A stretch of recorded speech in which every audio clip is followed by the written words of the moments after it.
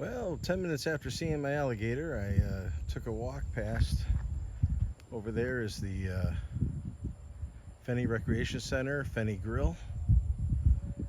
And I was just taking a little walk on the path and got this family here. This is actually mom, dad, and their chick, who is pretty much as big as mom. So it won't be long till it goes back to just being mom and dad. And sometimes you'll see these guys on the golf course, and during mating season they can be a little aggressive, but they're around people so much and they're used to not being bothered and so forth that they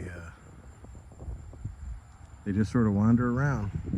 I caught some the other day just walking down my street.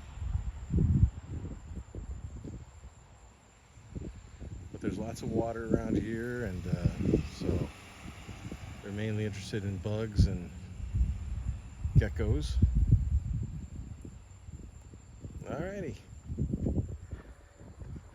It's another look around Fenney.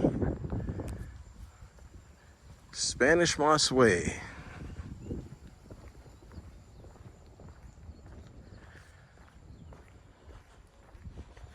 And if you look at the trees, you can see all the Spanish moss on the trees.